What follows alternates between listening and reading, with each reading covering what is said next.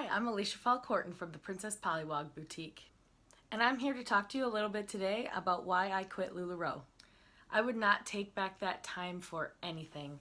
I learned so much about who I was again after my car accident. I learned that you could make friends through customers and uplines. It was wonderful. I also learned how to run a small business, and I'm still using all of that information today. Of course, I learn new things about running a small business every single day, but the things I learned through my year with LuLaRoe, I'll take with me for a lifetime. But let's get back to why I ultimately left. If you're watching this video, I'm guessing you probably sell LuLaRoe.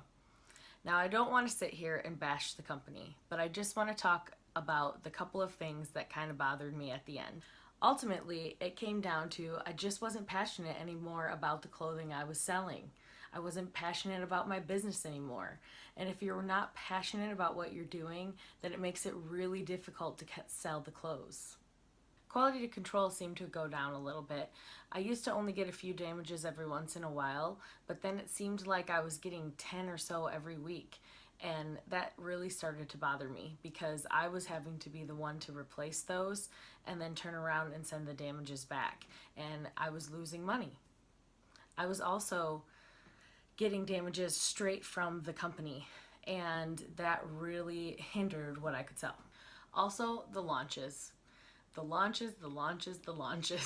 I would get so excited. I would get my group excited. I had my list ready in hand. I would get in the queue.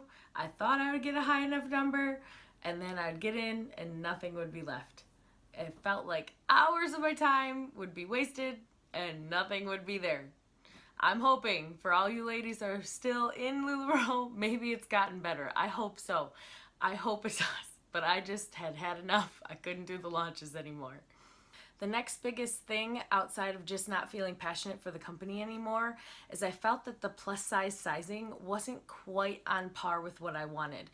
As the sizing went up, I felt like the items just got like bigger and wider, longer, and that's not really what I wanted. I wanted to be able to feel feminine even though I am a plus size person. So I wanted something that would have a little bit better in tuned plus size line. Alright, so that's why I ultimately quit LuLaRoe. Hopefully this video gives you a little bit of insight of why and helps you out on your journey. Good luck to all you ladies who are still out there with LuLaRoe. I wish you ultimately the best of luck. If you have any questions for me about why I left or what company I'm with now, which is Paisley Ray, please contact me and we'll talk to you next time, okay? See ya!